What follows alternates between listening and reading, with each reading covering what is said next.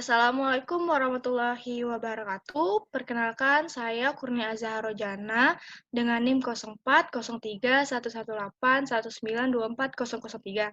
Di sini saya perwakilan kelompok 1 sebagai presentan. Perkenalkan, nama saya Feby Mutia dengan NIM 0403118118192408. Di sini saya juga berperan sebagai presentan selaku perwakilan dari kelompok 1.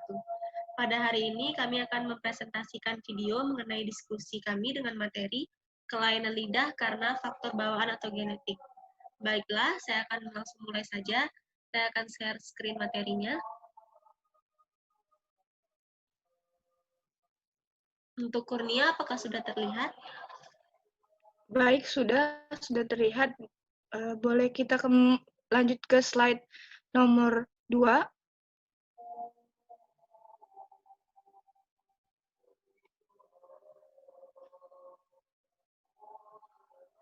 Baik, Kurnia, silakan dimulai. Baik, di sini kami akan menjelaskan tentang kelainan lidah karena faktor bawaan atau genetik, dengan dosen pengampu yaitu Dr. Siti Rusdiana Puspadewi, MKes, yang beranggotakan Adelia Mutiara, saya sendiri, Kurnia Zahrojana, Mahmada, Cheryl Sania Mahira, Messi Ramadona, Salsabila Triunita, dan Feby Mutia.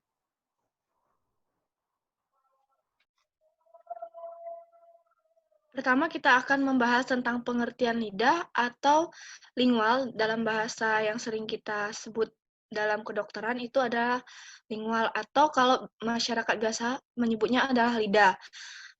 Di mana organ ini lebar pipi terutama tersusun oleh serabut otot dan granula. Fungsi lidah itu sendiri sebagai indera pengecap atau perasa, sebagai organ yang menunjang dalam proses pencernaan, sebagai organ yang berperan dalam proses berbicara, serta membantu membersihkan ketika ada makanan yang tersisa di sela gigi. Selanjutnya itu ada anatomi lidah. Yang pertama itu 2/3 anterior lidah disebut korpus, di mana bagian tersebut terlihat saat pemeriksaan intraoral pada lidah. Dan sepertiga posterior adalah basis lidah atau radix lingual. Nah, di mana ini sulit terlihat ketika pemeriksaan intraoral karena letaknya sangat di belakang.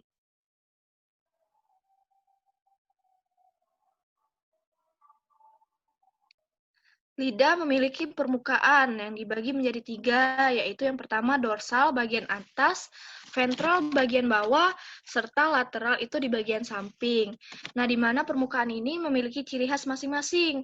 Yang pertama itu dorsal atau bagian atas, di mana ciri khasnya itu dibagi 2 bagian, yaitu pars pharyngealis dan pars oralis oleh sulcus terminalis lingual.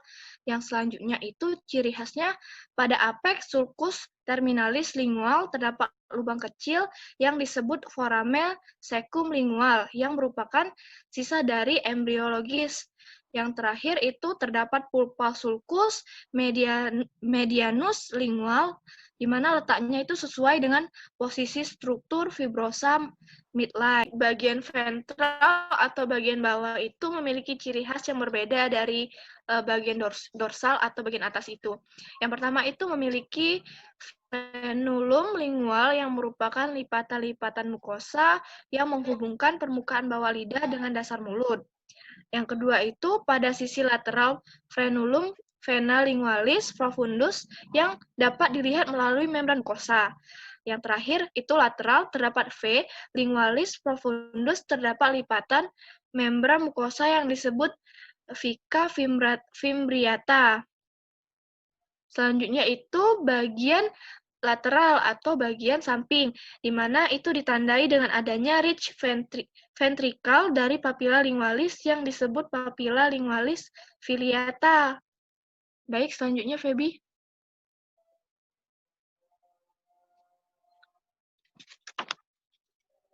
Nah, selanjutnya itu ada bagian papila lidah, di mana papila ini strukturnya berbentuk seperti rambut-rambut halus dari permukaan lidah. Nah, di mana papila sendiri diproyeksi permukaan epitel dengan inti lamina propria, di mana dia dibagi menjadi 5 jenis. Yang pertama itu papilla phalata, yang kedua itu papilla fungiform, yang ketiga itu papilla filiform, yang keempat papilla foliate, yang kelima itu papilla simplex. Nah, di sini juga terdapat testbud atau kuncup kecap, di mana testbud ini adalah sel pengecap bagian perifer yang ada pada lidah, meliputi seluruh permukaan dorsum dari 2/3 anterior lidah, di mana memiliki garis tengah sekitar 1 atau 30 mm dan panjangnya sekitar 1 atau 16 mm. Nah, lokasi testbud ini sendiri ditemukan pada 3 papila lidah, yaitu papila circumvallata, papila fungiform, dan papila foliata.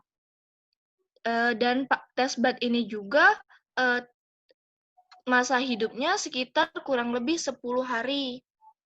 Baik, selanjutnya disilakan pada Pebi. Selanjutnya, kita akan membahas mengenai kelainan lidah karena faktor bawaan atau genetik.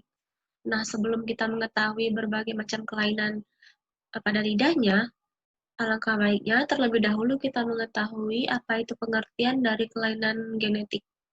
Nah, kelainan genetik itu sendiri adalah suatu kondisi di mana terjadi perubahan sifat dan komponen di dalam gen, sehingga menimbulkan penyakit. Kondisi ini dapat disebabkan oleh mutasi baru pada DNA atau kelainan gen yang diwarisi oleh orang tua. Nah, kelainan genetik ini dapat menimbulkan berbagai macam kondisi, mulai dari cacat atau kelainan fisik. Salah satunya terdapat pada rongga mulut, pada jaringan mukosa mulut, atau lebih spesifiknya itu pada lidah. Contoh kelainan yang pertama itu ada hereditary begin intraepithelial dyskeratosis atau HBIB. Ini adalah penyakit bawaan yang langka yang ditandai dengan peningkatan plak pada membran mukosa mata dan mulut. Pembuluh superficial yang melebar yang berhubungan dengan plak konjungtiva membuat mata tampak merah secara keseluruhan. Nah, itulah mengapa orang yang mengalami HBIB ini biasanya dijuluki dengan sebutan mata merah. Ini dia contoh gambaran klinis pada mata. Terdapat kemerahan pada bagian bola matanya. Untuk lesi pada rongga mulutnya sendiri, itu lesi terdiri dari epitel hiperplastik dyskeratosis, lesi mulut yang biasanya itu asimptomatik dan mungkin tidak dikenali. Biasanya tampak sebagai papula dan plak putih yang tebal, lembut, dan terdiri dari berbagai ukuran, yang melibatkan bagian manapun dari rongga mulut termasuk pada bagian lidah. Manifestasi mata pada HBIB ini itu bervariasi tergantung dari tingkat keparahan dari plak asimptomatik pada konjungtiva bulbar kornea mata itu sendiri. Tingkat yang paling parah itu dapat menyebabkan penderita mengalami gangguan penglihatan mata. Penderita biasanya mengeluhkan gejala iritasi seperti eritema, gatal-gatal, lakrimasi berlebihan, dan fotofobia. Yang kedua ada follicular keratosis atau dari disease atau keratosis folikel atau disebut juga dengan penyakit Darrer White, adalah kelainan autosom dominan dengan defek pada perlekatan desmosom. Nah, ini ditandai dengan papula atau plak hiperkeratotik di daerah seboroid, lubang palmoplantar, kelainan kuku, dan perubahan mukosa. Mengapa di sini juga disebut kelainan kuku? Karena gambaran klinis dari follicular keratosis ini juga terlihat pada kondisi kuku kita. Biasanya kuku kita itu berwarna keputihan bahkan kekuningan. Nah, lesinya diwakili oleh banyak papula padat dengan warna normal, keputihan, atau kemerahan, terutama mengenai mukosa palatal dan alveolar. Nah, ini dia contoh gambarannya. Ini pada mukosa palatum tadi. Ini contoh gambaran klinis pada kuku kita. Terlihat sekali di sini warnanya berubah. Terdapat bercak pada kuku. Yang ini contoh lesi pada bagian lidah. Untuk papulanya sendiri, itu pada awalnya berwarna kemerahan dan mungkin menyatu, berbentuk kerak, dan kemudian mengalami ulcerasi. Pada pemeriksaan jaringan lunak intraoral, terlihat pucatnya mukosa mulut yang melibatkan area labial, bukal, palatal, dan retromolar. Nah, permukaan lidahnya itu sendiri halus dengan depapilasi yang signifikan. Nah, itu biasanya diakibatkan karena hilangnya beberapa papila pada lidah sehingga kondisi lidah itu tampak halus. Yang ketiga itu ada erythema migrans atau lidah geografik. Ini adalah kondisi di mana ada bercak pada lidah yang berbentuk seperti peta. Kondisi ini cenderung terjadi akibat faktor genetik. Bercak pada lidah geografik itu bentuknya tidak beraturan, tipis, dan kemerah-merahan karena hilangnya papila filiformis. Nah, ini dia contoh gambaran dari lidah geografik. Nah, di sini sangat terlihat jelas bahwa bagian yang putih-putih pada lidah ini adalah papila lidah, sedangkan bercak kemerahan yang di sebelahnya ini adalah si lidah geografik tadi. Mengapa kemerahan? Karena hilangnya papila filiformis tadi. Selanjutnya, ankyloglossia atau tangti. Ankyloglossia adalah anomali kongenital pada lidah, di mana frenulum lidah itu lebih pendek dari biasanya, sehingga mengalami kesulitan dalam proses berbicara, khususnya ketika mengucapkan huruf R. Hal ini menyebabkan mobilitas lidah menjadi terbatas. Nah, ini dia frenulum lidahnya terlihat pendek. Itulah mengapa pada sebagian orang kita temukan banyak yang kesulitan mengucapkan huruf R. Nah, orang itu diindikasi mengalami ankyloglossia atau tangti. Selanjutnya ada makroglossia, yaitu kondisi langka yang dapat menyebabkan beberapa perubahan, seperti kelainan gigi, otot rangka, ketidakstabilan perawatan ortodontik, pengunyahan dan pernapasan, dan masalah fonasi, yang ditandai dengan peningkatan ukuran lidah, biasanya disebabkan oleh kelainan bawaan atau penyakit yang didapat. Nah, ini dia contoh gambarannya.